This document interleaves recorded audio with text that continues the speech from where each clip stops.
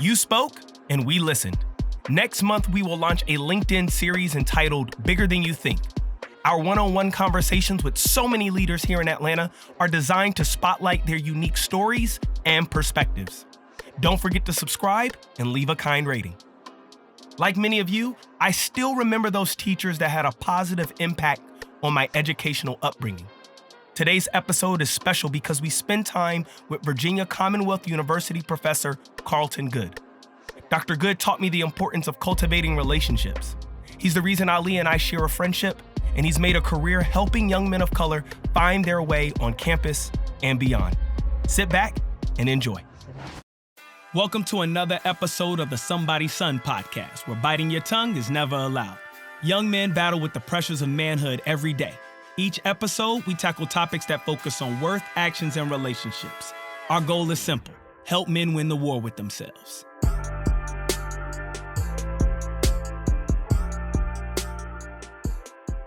You were telling us your class got extra credit for the podcast? Yeah. So they, you know how they miss class sometimes, and the college students miss class, right? Yeah. Mm-hmm. So, and of course, it's, they want A's because of, the GPA. And so in order for them to get an A, I gave them the opportunity to do extra credit. Mm-hmm.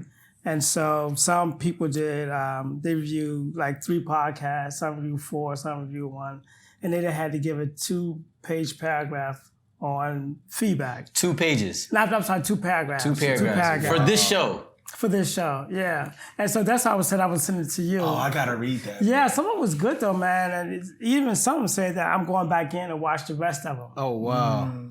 Yeah, and so they, you send me a list of them, or Kris sent me a list of the ones. Lane. Yeah. So shout out to Lane. Lane couldn't be here. Yeah. We love Lane. He will always be somebody's son.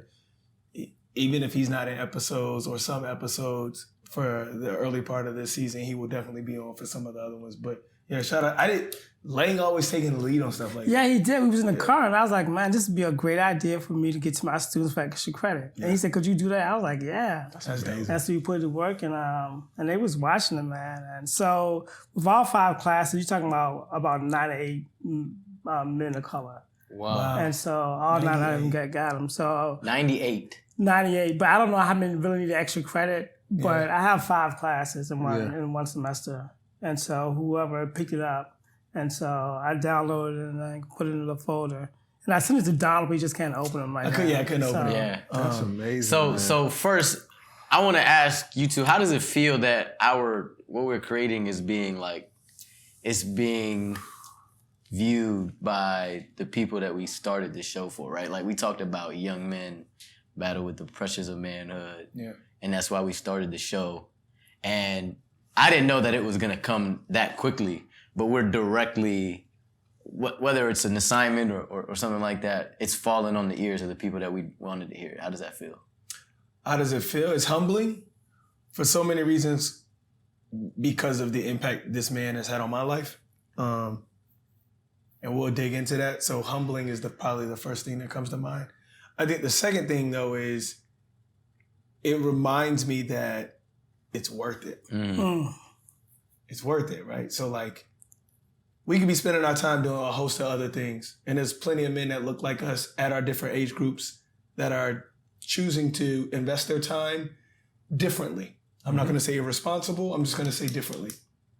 But to be able to see young men, you said 98 men of color, which means they look like us, for them to be able to have even an opportunity to listen to our content as a means of helping them get ahead educationally is worth it. It makes the investment worth it. Especially when my man's on the buildings. He owned the building, so that's amazing. We own the equipment, which is amazing. We own the content, which is amazing. And those things are to be celebrated, which is why I keep giving you your flowers. Mm-hmm. But most importantly, it lets me know the investments you made in us are worth it. You saw something in me I didn't see in myself. Mm-hmm.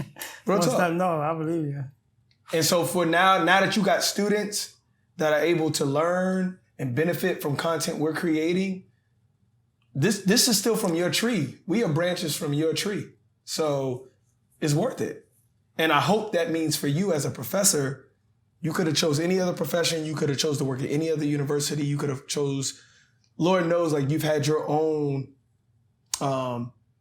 life challenges that I'm both fortunate to see you go through from a supportive perspective, but also fortunate to see you overcome.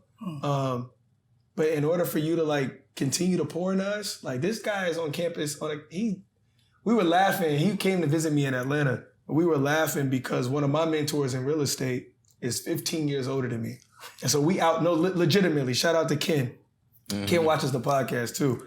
And Ken is white, which is why I love him even more, because the way he advocates for me and gives me wisdom, you couldn't tell that he's not part of the Black community because he cares about me that much. And our kids get along and they're close friends, and so is our wives. But Ken was laughing. We're in his house, multi-million-dollar house, and we in his house, and he's like, yo, you call me an old man because I'm 15 years older than you. How you feel to be an old man because you're 15 years older than him? Yeah, we sitting there having a good time, and he essentially tells Donald, like, and it's funny because Donald told me, he's like, when my kid talks to you, he's going to call you the same thing. Yeah. You're like, oh man, you know what I mean? So, I mean, it's crazy to think about. It's like what we talked about earlier. First, I didn't get your perspective on that, right? Yeah. Is that a lot of the things you said, and Kris had a lot of gems last season, bro. So a lot of the things you said is... Agreed. Exactly. It's being heard by people. Yeah. You know what I mean? Man, one of the things for me, I just want to give a big shout out to VCU, man. Like, our content is being circulated in the classrooms that groomed us, right? Like, VCU, like I'm getting cheers from that. Yeah, man. Like we don't even. I'm starting to further appreciate how VCU had an impact on us as a whole, just as an institution. I know that institutions are going through a lot right now, but the fact that we are all products or contributors to that institution, and we're able to have our content distributed and shared amongst the people who are in there now, like the students in there now, for me, it's a big accomplishment because I did a lot of growing and learning at VCU, not just, educationally, but socially. I think I kind of woke up at VCU just because of the interactions I've had with people. So I just want to celebrate the fact that our common bond as, people of color is one, but also we have an institution that we can share. And I would hope that the institutions like VCU at the higher level can appreciate this as much as I do, as much as we do at the ground level. So I want to make sure, maybe a bit of homework for you is see how we can get, more, larger support from VCU to see how we can maybe have a live podcast one day. Maybe we can set up seminars or to take from Donald in the past. I know he had the Motivated Man conference back when he was an undergrad. How can we bring that back? How can we use this platform in our relationship with VCU? How can we give back on a larger scale, right? So VCU, I'm calling you out in a good way. There you go. In a good way. One of the things I want to comment on is that a lot of our guys that come to VCU come from single parent homes, and they don't have those father figures or those figures like you all, even you as a student. And one of the comments the students wrote, wow, they care, for them to take time out to have a conversation about me. Because, when they live their everyday lives and maybe come from a single parent home and that, that father may have not been there, and a group of men talking about the development and their growth, it's an inspiration to them. Yeah. Not even an inspiration, make them want to work even harder. Just sit in those seats that you're sitting in right now. Yeah. So it means a lot, and I can't wait till you read some of them now. Yeah, I'm looking forward to it. And we are them. I think that's why we care. We are them. My father is a phenomenal grandfather. He would tell you he was not what he wanted to be as a father, right? Being in and out. But as a grandfather, he has found ways to channel his efforts that he wish he would have made as a father. He's definitely channeling them as a grandfather. But we were those kids. Like, we are those kids. Me and Kris didn't have fathers in the house. So part of the reason we care is because we are them. I think the other reason why, and I've been able to come back to your classes for almost a decade now and talk. And I appreciate you giving me a platform and an opportunity to speak to them.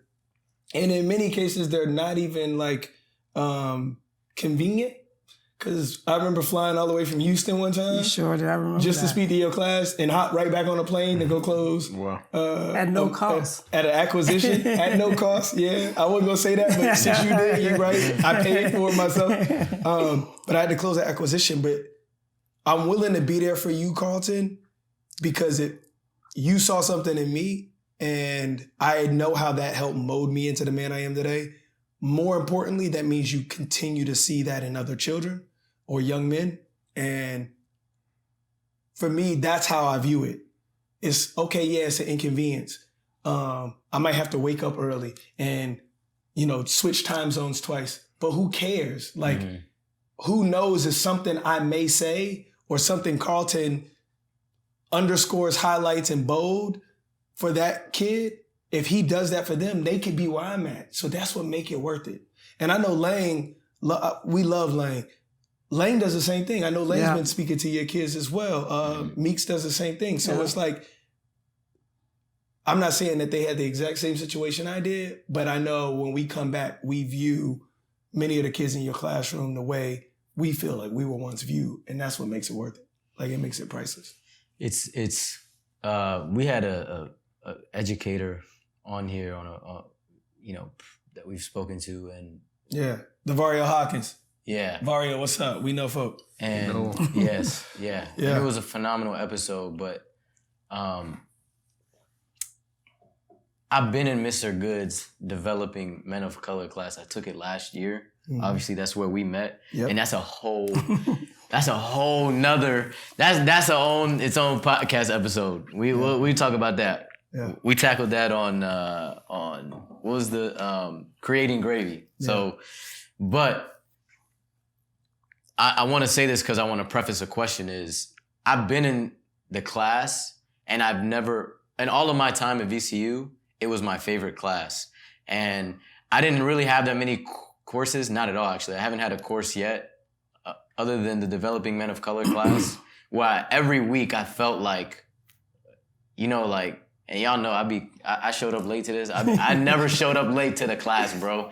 And we wanted to stay more. Like, the kids, I made so many friendships, but aside from that, I've never felt like a professor cared about me more than Mr. Goode did, right? And I know each individual in the class who's taken the class and who's met Mr. Goode can also say that, right?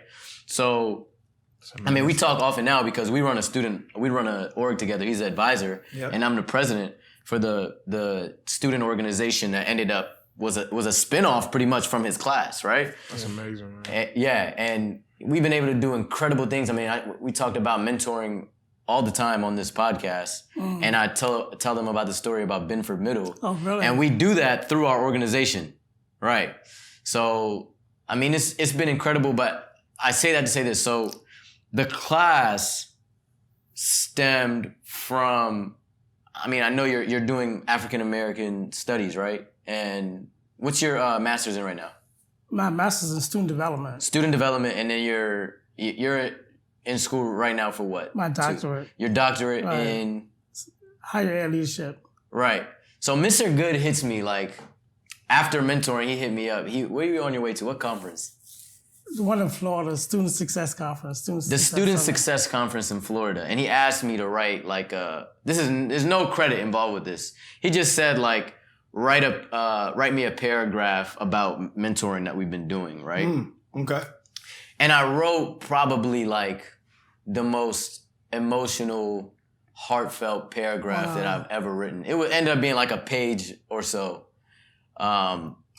Spinning off of conversations that we've had and reflecting on that. And I was able to pour that into a paper, and apparently Mr. Goode read it, and it, like, people, like, were starting to take notice of things that we were doing as an org and the things that he's been working on. But I say all that to say this, is that without the work he's been doing, like, you mentioned it, like the tree, right?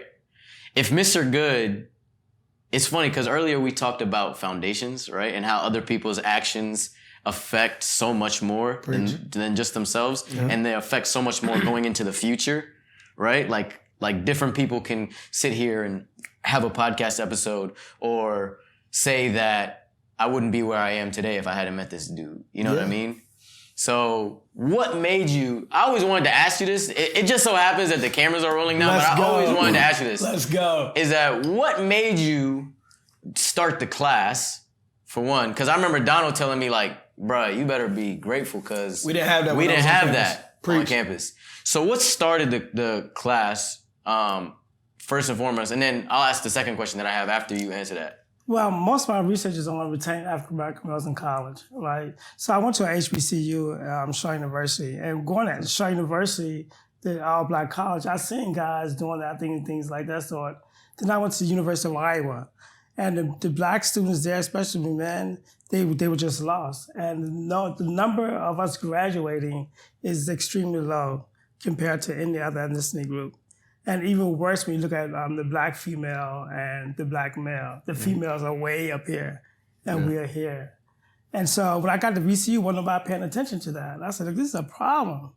And so as a matter of fact, I had to sneak the class in because, at VCU, they say that, you just can't have a class if it's not open to everybody.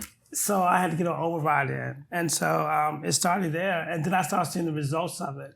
But people like Donald that I used to see and kept on mentoring. And I put the same things inside the class. One of the things I'll never forget when you came to my office one day, that Donald was kind of wild in school. I know, look, there's been a lot of growth a lot in of my growth. life. And of course, he always was articulate and always speaking well. And he said in my office one day, something was going on. I was like, look, man, your problem is that you just hit people and run. You're not building those solid relationships. What you can do with those solid relationships and the people that you connect with is just crazy. And so seeing him and seeing the others, the way they develop and doing it, I was like, this thing needs to be spread a little bit more. Everybody need a piece of it. Not only that, they can come back and see people like you and say, look, there's a mirror. It's like, damn, that dude look like me. For real, I can do that? Yeah. Some of the dudes come from neighborhoods or the father's not there. It's like, I've never seen that before. And I don't think I can do it. But once you start talking and see people like you and even a student like Ali, wow, it's possible. Yeah. And their eyes light up, man, and just getting the reward of seeing success. Yeah.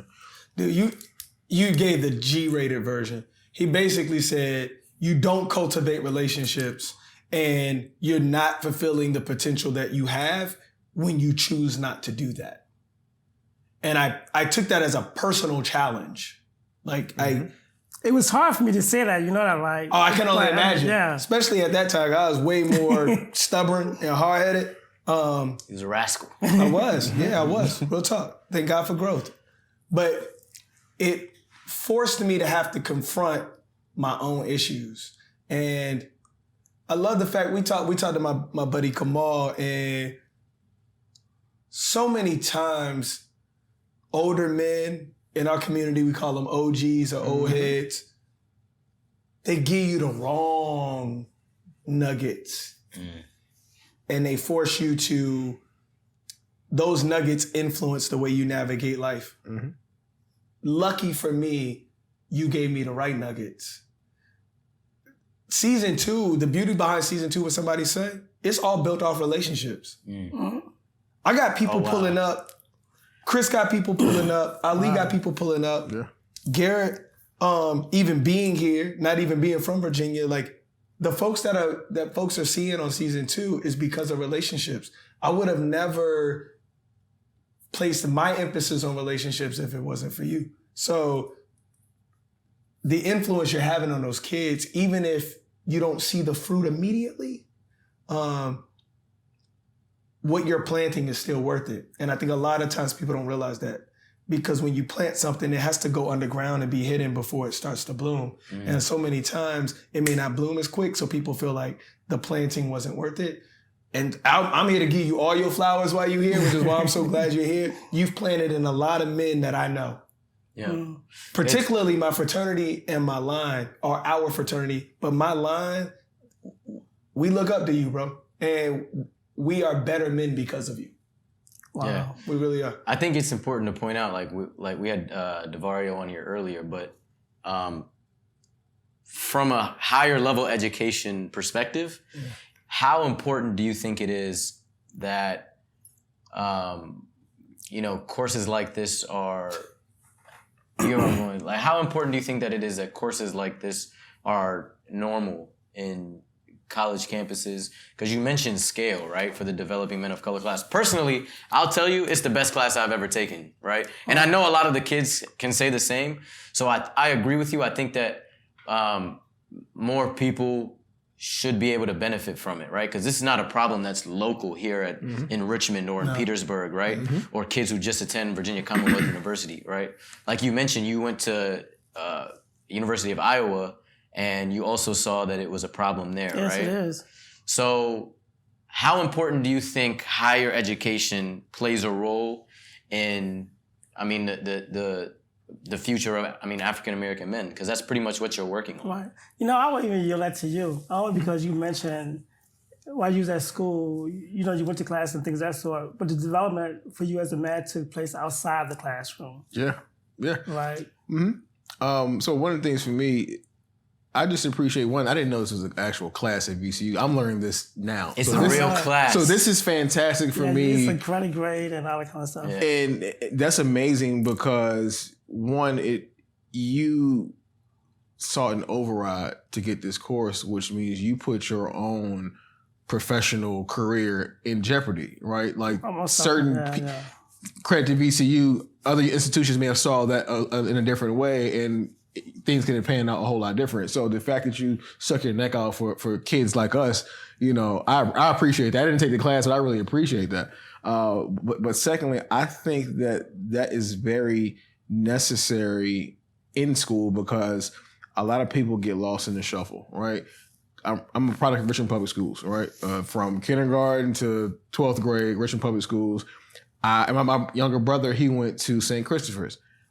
As a functioning adult now, I can see the differences in the education that my brother got from 6th grade to 12th grade than what I had when I received when I was in that same age range, just kind of where he is mentally. So that's just from an education perspective, but I appreciate and I understand the value in going beyond just academics within an institutional setting, right? Because that's where you can have more control, more consistency, more reach for people to be able to see that there are possibilities to strive greater, right? Look at Knight, for example. He started off as a young firecracker and he's matured to be a wonderful young man through the help of your class, which you just mentioned. But Well, I wasn't in the class. Oh, okay. But class started after me, but because of the person. Because of the person, yes. So yes. It all ties in. Like you're that foundation, but you're going, in my opinion, above the call of duty. Like I'm pretty sure that your outreach to Donald and then you creating a college course may not be in your job description. It's right? Not. It's not in your job description. It's definitely not.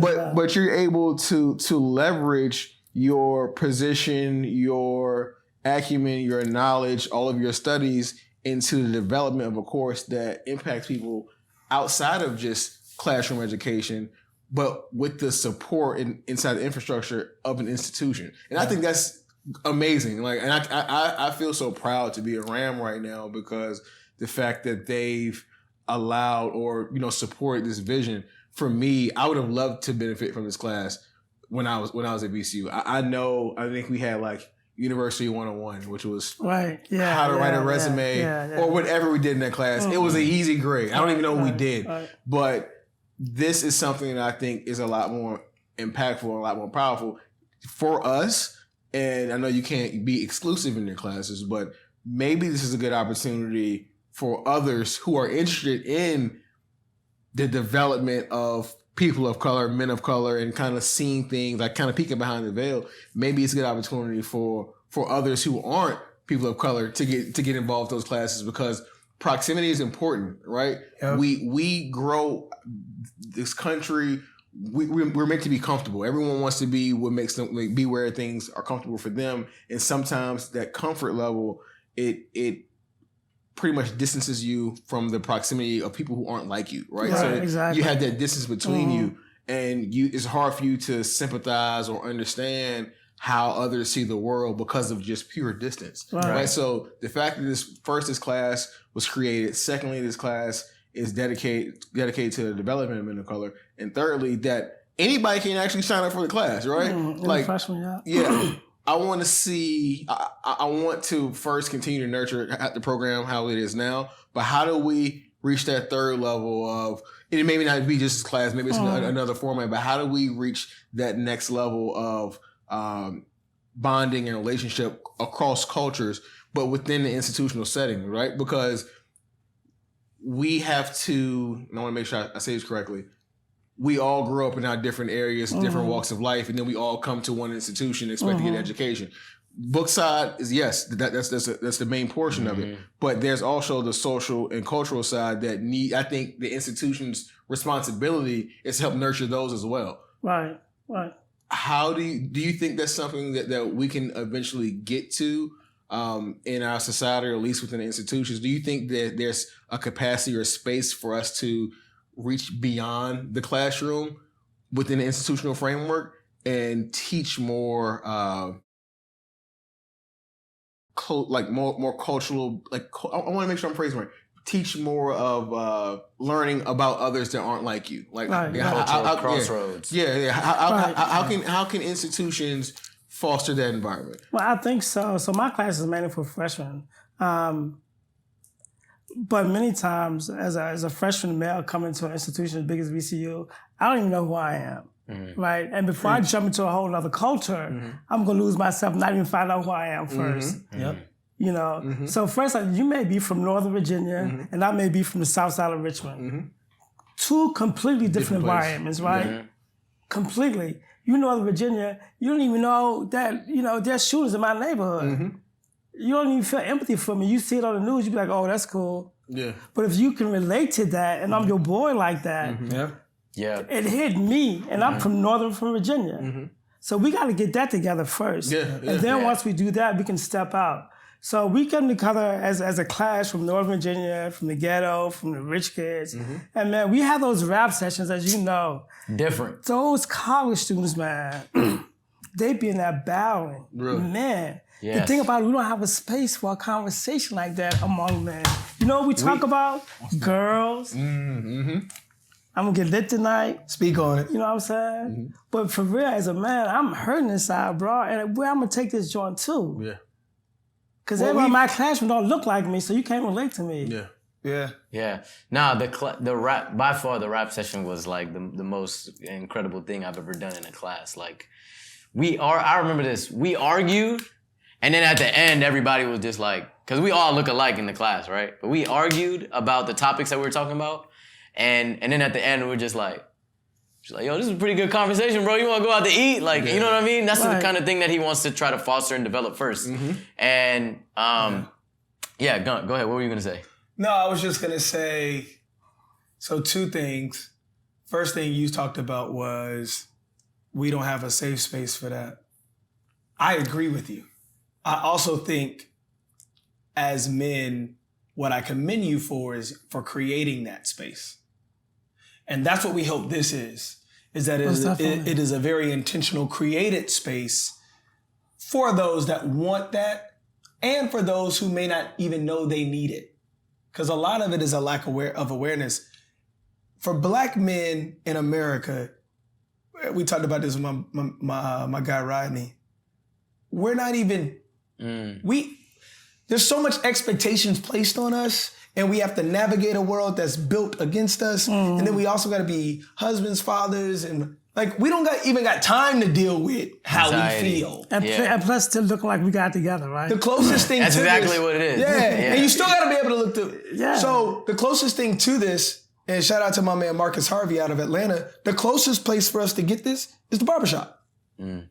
Now, most people say, well, you can get it at church. That's not true. The church is hit or miss. And you're scared sometimes to open up about church. And you're scared because other people aren't being that intentional with their vulnerability. Man, what can I say? So I commend you for that. I think the second thing is what Kris talked about, what is the proximity. How do you create these types of spaces for people of color and people that are not people of color where they too can learn? Because we do learn by experiences. And I firmly believe the reason why we haven't seen significant gains since the Kings, the John Lewises, the C.T. Vivians, and folks from that era, or even prior, Sojourner Truth, W.E.B. Du Bois, Booker T. Washington, is because we haven't focused on proximity. We have to focus on proximity. How do you create a space where people with differences can come together and walk away having a greater appreciation for the full fabric of the community? How do you do that? You've done that for people of color. Right? Rap sessions, you've done that. Like, dang, I'm from 7-5 and my man from Southside, my other guy, he from McLean. We got different situations and we might not even agree on all these situations, which is a beautiful thing, but I can still appreciate him as a man and walk away learning something. How do we do that for other people? And I personally believe that's the future of higher education. The one place where you can take 30,000 different kids, young adults, from all facets of the community, bring them to one place. I tell him this all the time. The beauty is you got 30,000 people in one centralized location, preset for 4 years. What? Yeah, you can't find that anywhere. Those types of social hubs are not being created in the community. So I think the future of education is creating that proximity in an intentional way. So I'm glad you touched on that from a framework perspective. So do you think, no, I was just going to say, do you think as it stands right now, the way that higher education is, they haven't been creating that kind? Because it sounds like it shouldn't be up to the student, right, to come and have to go and meet everybody and do all these and have all these conversations and do it right. So, do you think that as it stands right now, colleges aren't creating those kinds of environments? So I think they are creating them. They're doing it unintentionally. Hit a point. Yeah. Carlton is very intentional in saying, I'm going to curate a space for men of color to come together, and you can bring your wounds, your burdens, your wins, your successes, your thoughts, your pains. We're going to find a way to come together. And not only am I going to pour into you to make you better, but you also have a free space for you to share that and express that. And you're not going to be judged. You're not going to feel less than. You're not going to be less of a man afterwards. He's very intentional in that. Colleges have done a great job creating a space for diverse and different backgrounds to come together. They've nailed that. They've also done a good job of keeping them separate as well. Exactly. But they haven't, that's what I'm saying. Okay. They haven't been intentional in creating that proximity. So that, yes, they're there. Part of my problem with people that say they don't like the system works. The educational system works. The prison system works. Policing works. These systems work, and they're creating the very results they were designed to create. Don't say the system doesn't work. The system does work. You need to change the system. It just doesn't fit. If you want to be able to create that proximity he was talking about, you got to be as intentional as Carlton or as intentional as DeVario as an educator. If you're not being that intentional, then the system will continue to create the divided spaces that may be diverse in face, or in building, but separated exactly. out. But and this is something that I think that we need to challenge the leaders of these higher education institutions. I agree. If they look at education as a whole and the amount of access that people have, college is, I think it's too soon to say it's on the fringes, but it can implode. The college system can implode because the access to information is so great now. I've had conversations with big internal stakeholders within, I'm not going to divulge any names, and they're saying, man, I don't know, looking forward into the future, access to information is so crazy. You can't hoard it anymore. Exactly. Right? So now we have these places with enrollment of 30,000 people of all different places all across the world. But now we don't necessarily need to be here to get the same information you're trying to certificate me for. Right? Exactly.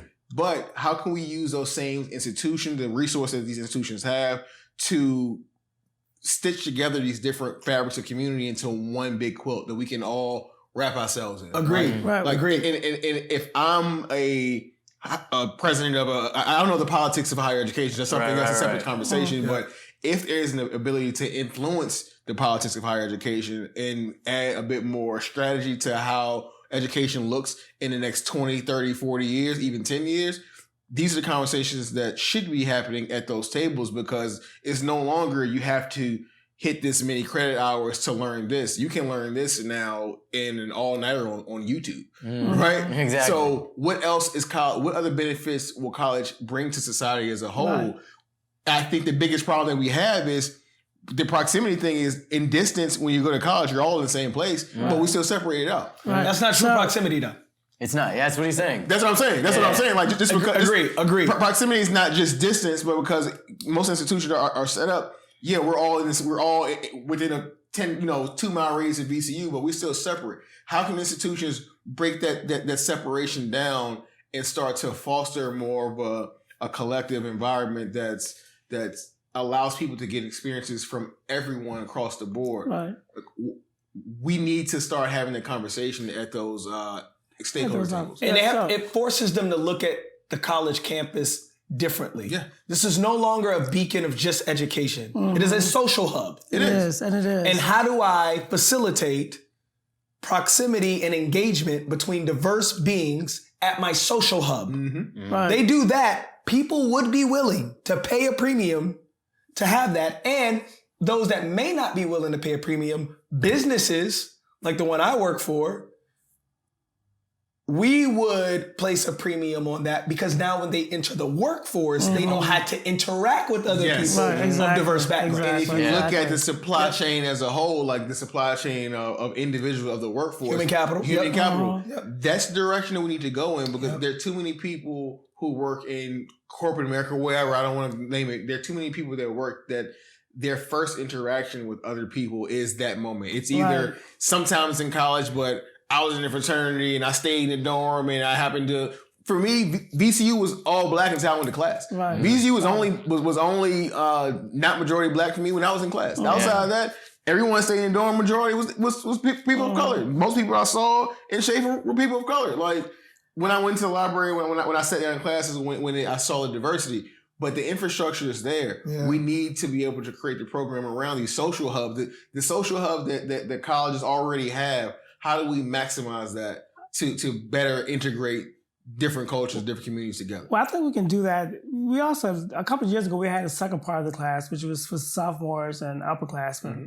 And from the sophomores to upperclassmen, we started moving into that area. Okay. Right? So we don't have the sophomore class right now, the sophomore, juniors, and seniors.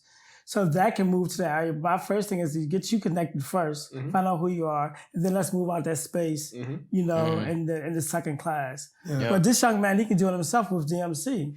We have an organization that consists of over 100 men. Yeah, what does DMC mean? Developing Men of Color, man. Gotcha. Yeah. No, we have, it's crazy, bro. It's been a crazy, I took over as president. How long has it been now? Since February, maybe? Since February. And it's been crazy. I have a phenomenal team, too. Obviously, I get to work with Mr. Goode. Adam, shout out to Adam. Thomas, Dom, man, Milton Coleman, Trey. Those guys are phenomenal, bro. But the thing that we're trying to take a look at as an organization is, and this is what I was going to say earlier, is that the thing about thinking about college from that perspective of a social hub is that it forces them to view the world differently, right? Because the problem is bigger than just separation on campus, right? It actually starts because there's separation in hometowns and because there's separation in elementary schools and middle schools and all these places, right?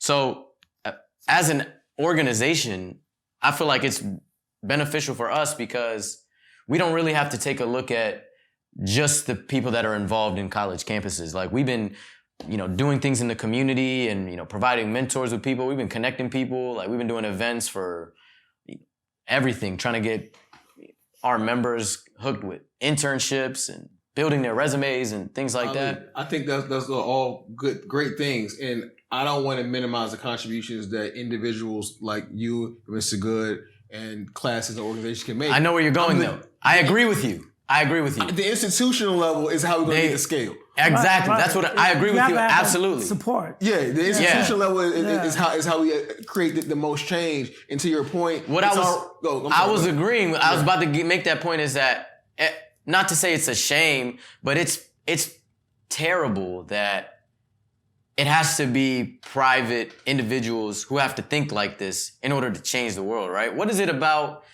large infrastructures where it seems like they're missing the main points in the big pictures? Yeah, well, Huh? So, but, it started first. All of it started with students, though.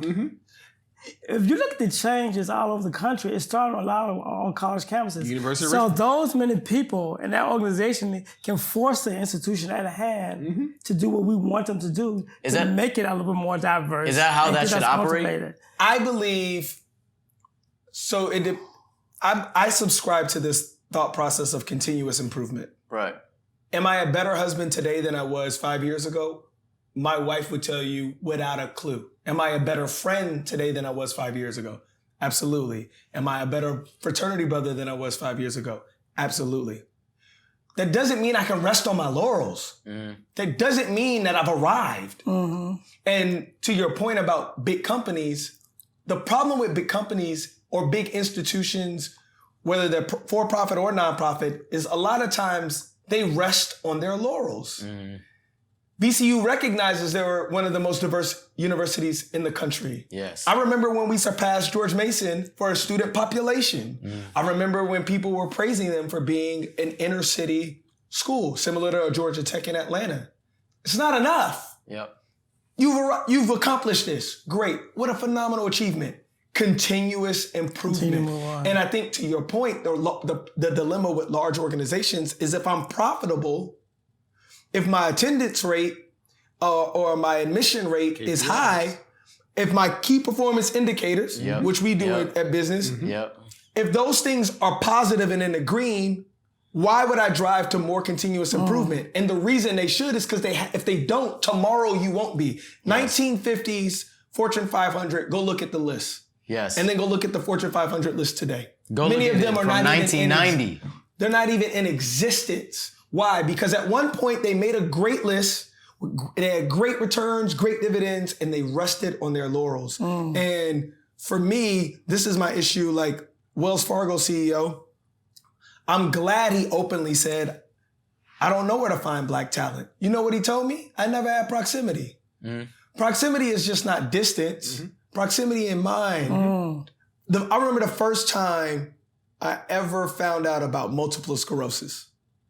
My pastor's wife was diagnosed with multiple sclerosis. I had never heard of the disease a day in my life. Since then, I have always contributed to multiple sclerosis. Why? My proximity changed. Somebody I knew got it. My line brother, Aaron Brown, who's a doctor. His mom had Hodgkin's lymphoma. I remember I never knew what Hodgkin's lymphoma was. I know it because somebody I cared about created that proximity because I cared about them, right?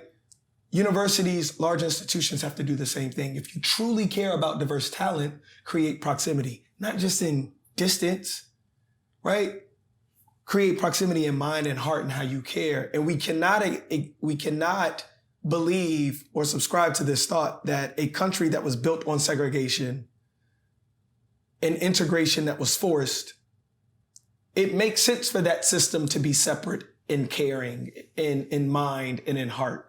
It makes sense because all the other things, the system was created to keep us separate, and then once integrated, to be separate mentally in who you care about, or railroad tracks, living across the tracks. So now we have to be that much more intentional in doing what you're doing, which is why, again, man, I continue to think you're ahead of your time as an educator. The other thing that's humbling for me is that you have your own son.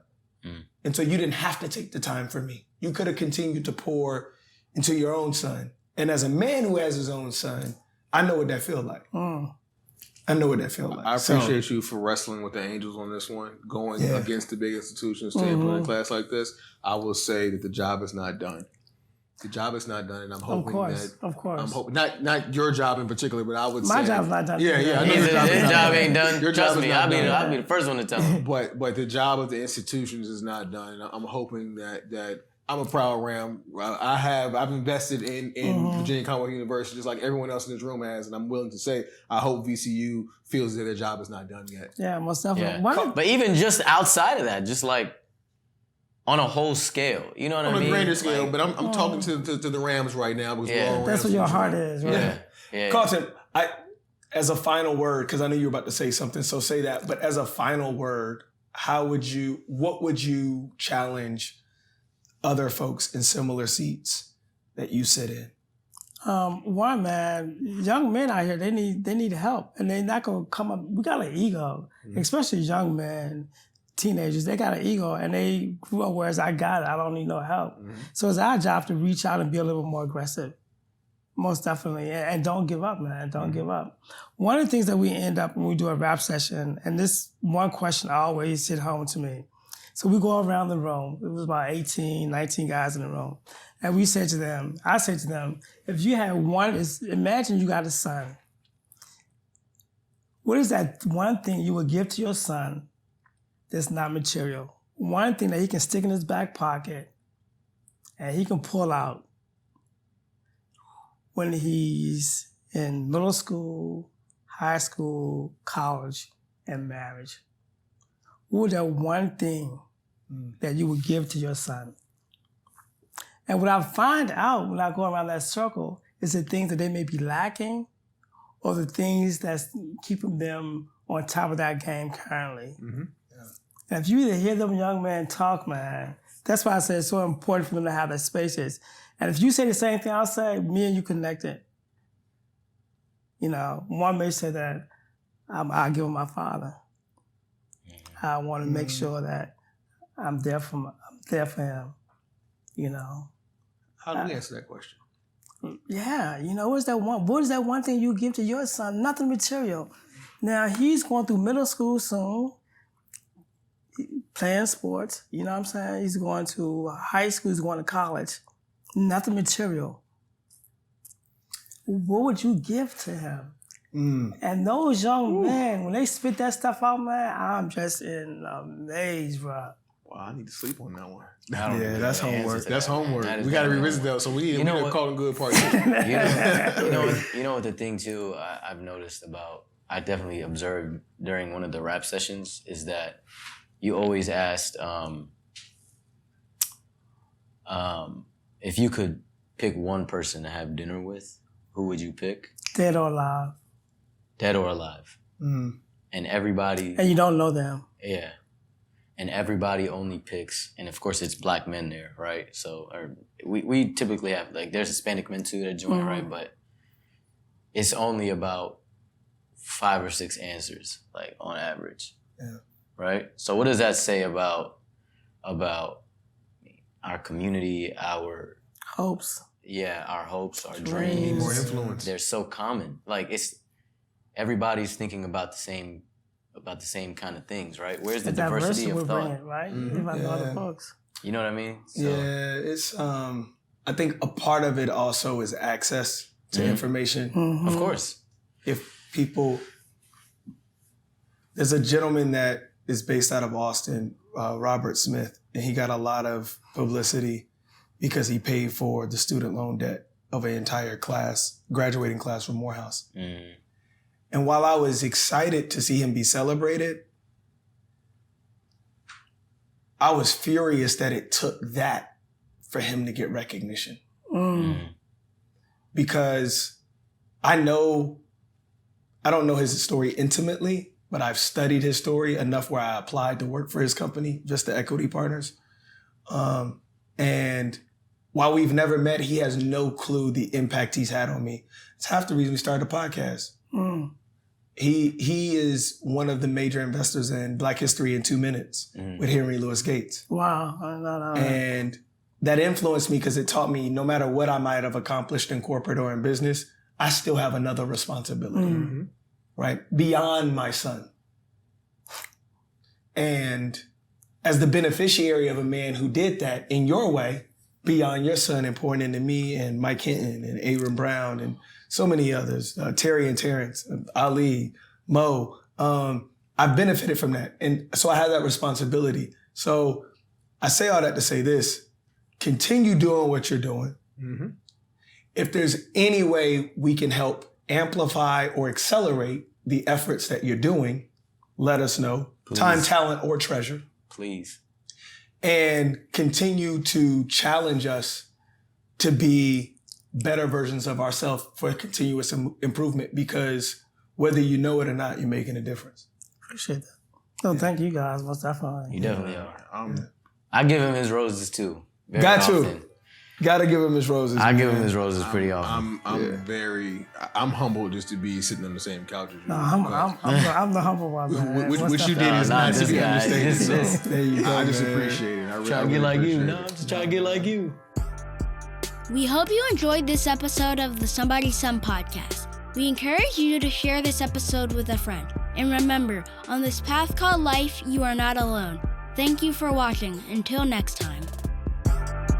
She liked the way that I finessed it. She stared so long, she let me know that she invested. She too aggressive, no, that don't impress me. Her passes get deflected, but I let her get some reps in. I'ma hit the dance floor and teach you.